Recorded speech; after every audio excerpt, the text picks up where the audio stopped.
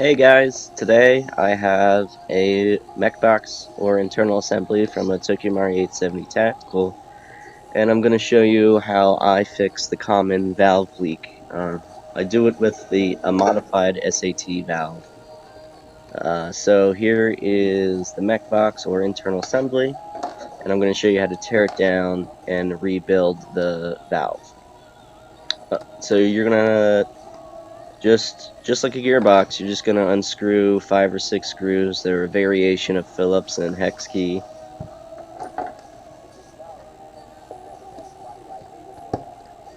This one is a tactical, but it's gonna be the same for a breacher too. You're gonna remove that little metal plate. That's your pump lock. That needs to come off as well. And to split it, you're gonna need to push in your air nozzles, and then just lift.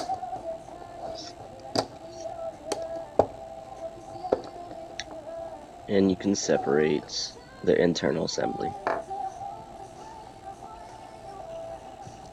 Next, I'm just going to remove the loading arms. They're spring-loaded, so I don't want them flying out. And I'll just put up on here, you can pause it, some reference photos for how the springs go. That long arm with the 2 protrusions goes in first, and then the other arm lays on top. Both of their wishbone springs go under that little elbow. Next, I'm removing the magazine door lever or latch. And this little guy, that was your shell ejector. So to get the nozzles out, you push them in, lift the cylinder up, and pull them out.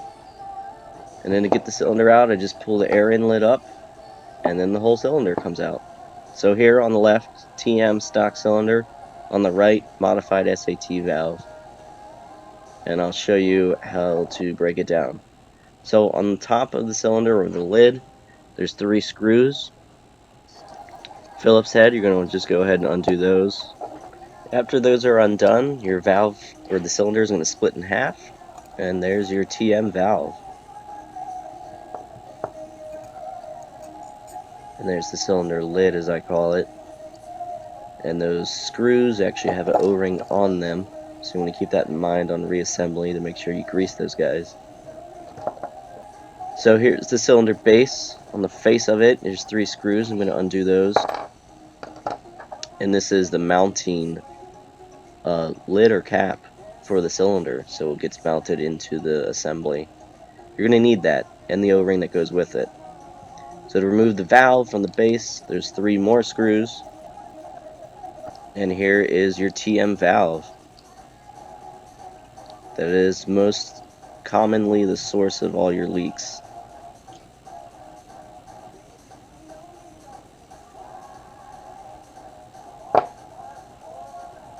So the problem is there's an inner O-ring there, and the spring forces the valve back and against the plate to make it shut, essentially. But the problem is there's no large flat surface compressing down the O-ring. So, and as you can see, the valve is canted right now, so there's nothing to keep it straight either. So, it doesn't form a great seal. And around 100 psi I was leaking, and I would grease it and last maybe a match, but just keep leaking overall. So I shoved a little screwdriver under there and just peeled the O-ring off. I did it gently because I think I'm going to keep all these in case I need to do a rebuild or some experimentation. But now your valve is disassembled. I'm going to keep the spring, and that's all I want. I'm going to ditch the valve. So I chopped 3 to 4 coils off to increase the spring rate, and I installed them into the SAT valve. Now you just remove the clip, that little red base, and install the spring and put the base back on and put the clip back on. Now I'm going to show you how to take down the SAT valve. There's 3 screws right there. We'll remove it from the cylinder base. I'm doing all this because my shotgun has been sitting around for 6 months broken, and I know it's just going to leak. Now, if you have a small leak, you can go ahead and throw oil into either the gas tank or your HPA line and do a bunch of shots and work the oil through. But I know this guy's been sitting around forever, so I'm just going to do a rebuild and also show you guys where all the air seals are that you could potentially be leaking from. So if you're just building this, Here's your TM base and your SAT base. The only thing you need is maybe that little O-ring. I forget if they provide it or not. And take the mounting plate off of the TM base and install it into the SAT base. Again, that little O-ring, I don't remember if they provide one or not, so just hang on to it. So here's your valve, SAT valve, and if you notice that brass cylinder up front has a lip on it, and it actually is a nice flat surface to push down on that inner O-ring, and that's where your better seal comes from. Now mine was still leaking, and that's why I put the increased spring rate in, and I haven't had problems since.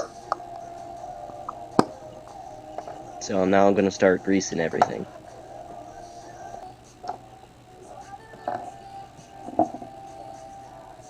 So I'm just greasing inside the cylinder base because your air nozzle's shaft goes in there. And this one's actually a double O-ring over the factory, which is nice. Now I'm going to grease the actual valve O-ring.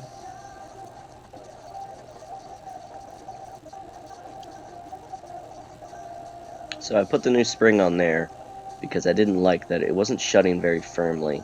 So what I did was put an increased spring rate on there, and it's been great ever since. So here's the valve pin, and it goes into the cylinder lid, and it actually moves up and down about a 1/4 inch. So in that area that it moves, there's another O-ring, another possible area for a leak. So you're going to grease that as well.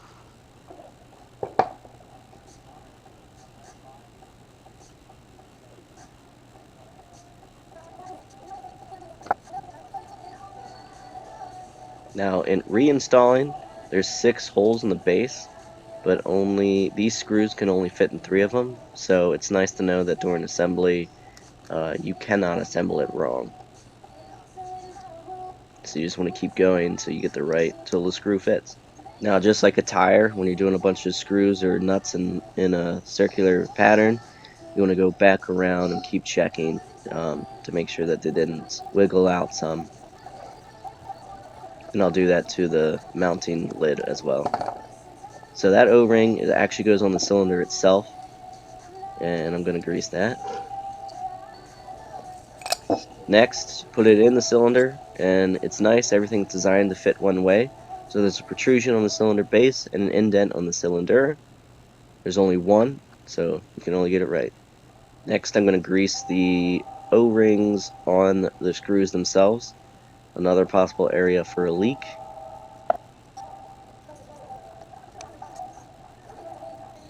And the reason I'm so concerned about leaks is this whole cylinder is pressurized all the time when it's hooked up to a power source.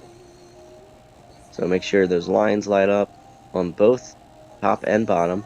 Oh, also grease that O-ring there for the cylinder. But line those 2 holes up. What's nice about doing that is it lines the screws to the screw holes, so you don't have to fight trying to get a screw in the hole while you're blind. And now you have a rebuilt, modified SAT valve cylinder. And if you notice, the valve pin returns very nice and firm now. Doesn't leak. All you have to do is every now and then oil your gun. And I went about 70,000 rounds before something else broke. And that's it, guys. That's how I modified mine. So, thanks for watching, and if you're going to stick around, I'm going to go ahead and show you how to put it all back together. Alright guys, now we're going to rebuild everything. So, on the left-hand side there's a little slot for the air inlet to slide into. And then there's also grooves in the cylinder to fit into the shell. You want to make sure you get that lined up. You might have to fight a little bit because that hose is putting a little pressure on the cylinder. But it'll go in. Next, I'm cleaning and greasing the hammer.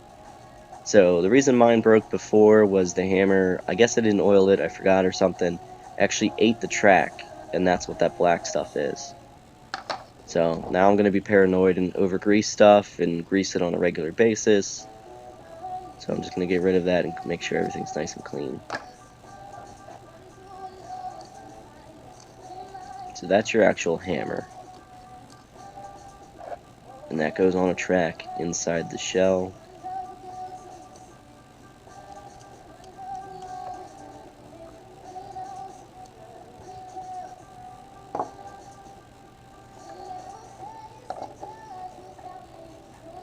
And it hits the valve pin. So here's your spring, your hammer spring guide, and in the shell it has a slot of its own to fit into. You need to make sure it goes in that. And that slot specifically is right there.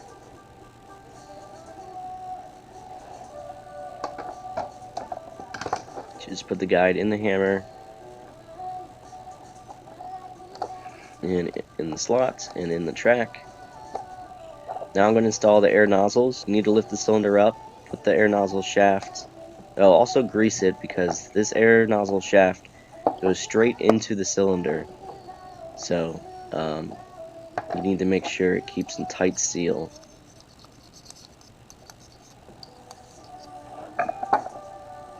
So anyway, to install it, you lift up on the cylinder, push the air nozzles in, make sure the cylinder sits back in its spot like I was showing you earlier. Right now I'm going to go ahead and put the retaining screw in, just to make my life easier.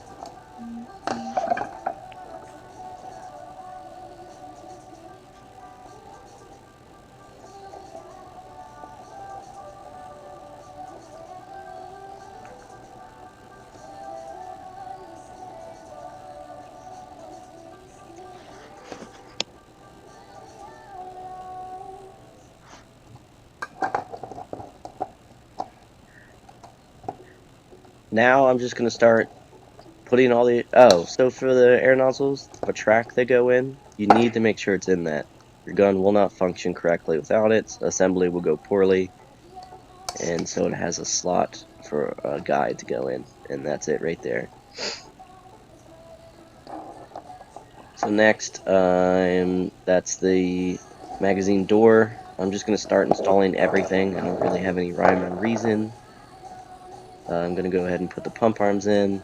The pump arms with the double arms on them, it's the guy that goes in first. The shorter arms actually have a slot to go in. The bigger arms actually protrude outside the shell. Next is another loading arm without any little arms on it. That slides into the shorter arms. So there's what I mean. And those wishbone springs both need to go under that little plastic elbow.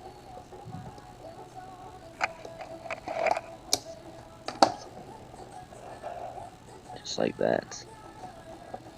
There's that plastic elbow.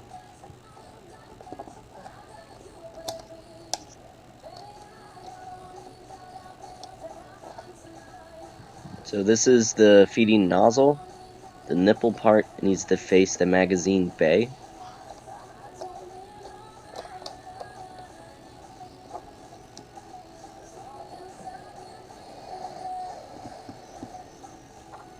I'm going to reinstall the magazine door latch, which if you leave the magazine door on or not, you need this latch because it also activates the shell ejector.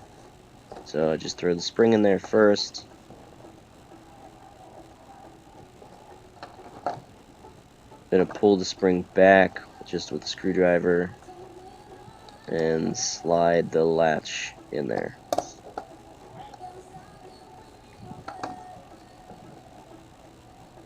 This is the actual lever that ejects the shells. That needs to go on as well.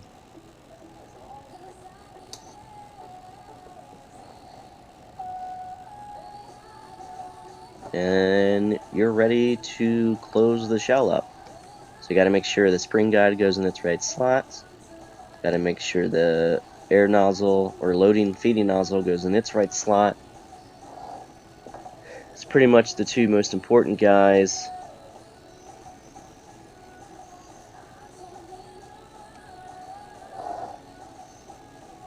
There's that protrusion there for the feeding nozzle. So to put it on,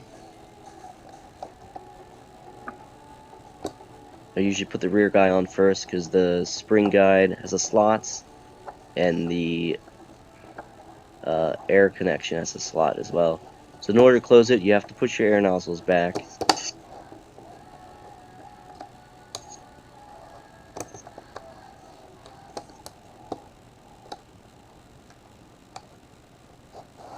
and I'm not forcing anything. I don't want to break the shell. It usually goes together smoothly, so if it doesn't, you gotta inspect. Right there I can see the loading arms are sticking up.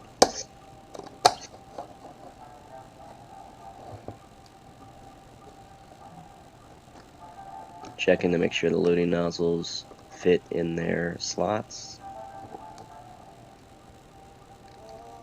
And then the loading nozzles, or I'm sorry, not the loading arms.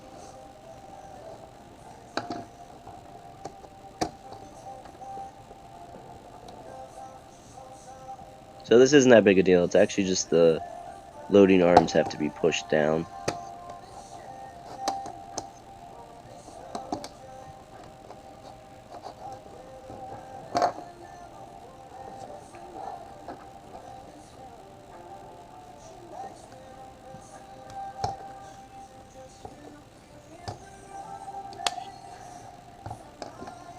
So I just pushed them down a little bit, and they still need to be pushed down.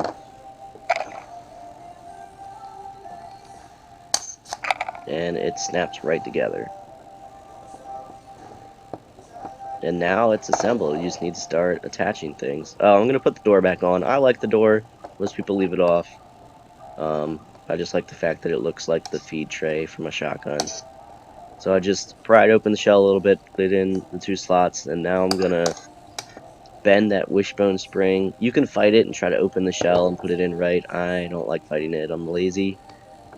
So what I'm going to do is just pry open the shell a little bit and bend that wishbone all the way down and around to the slot it needs to fit in. And it's done. But you can leave it off if you want. It's not necessary to the function of the gun. The shells won't fall out until you push the release. And so now I'm just going to do the various screws around the internal shell, just like a gearbox. Just go around, make sure they're all in. That's your pump lock. You can leave it off if you want. I like it.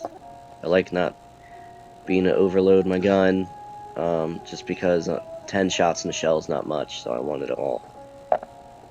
So now I'm going to put the actual barrels on.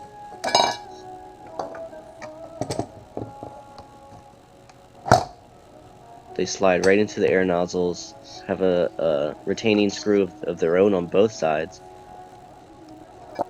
Now I'm going to put the actual outer barrel mounts on.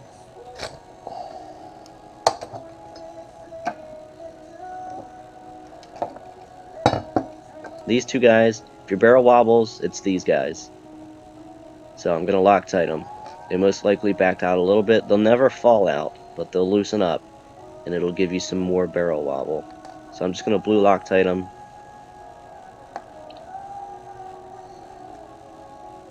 I never force anything, so if it doesn't go in, something's wrong. You just mess around.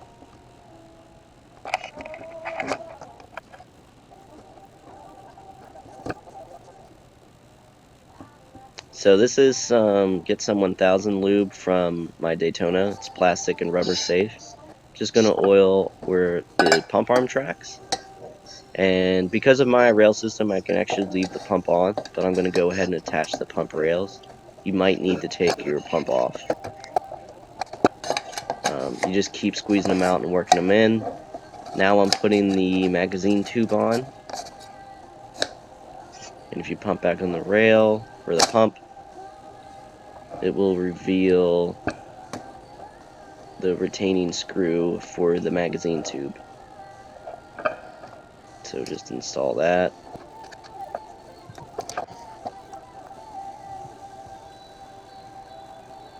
Next I'm installing the pump lock.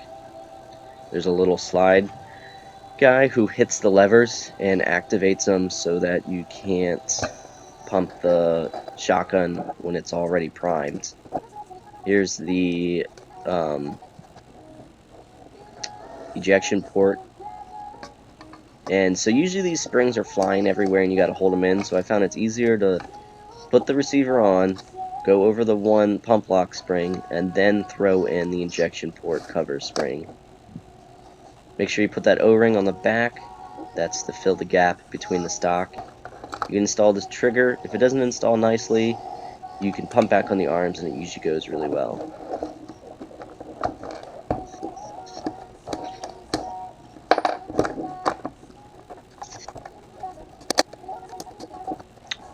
And here's my HPA stock that I split in half and diverted the gas line to a amped line.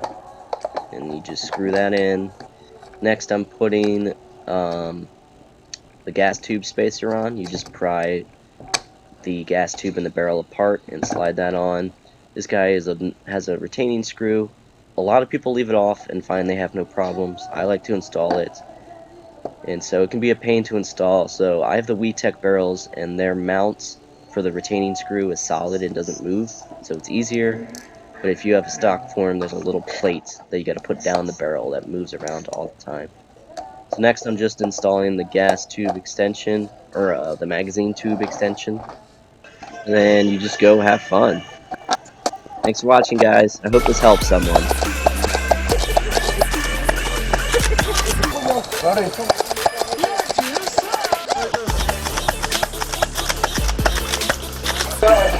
There's a guy right here. Oh, sorry, Ref. I shot a rat.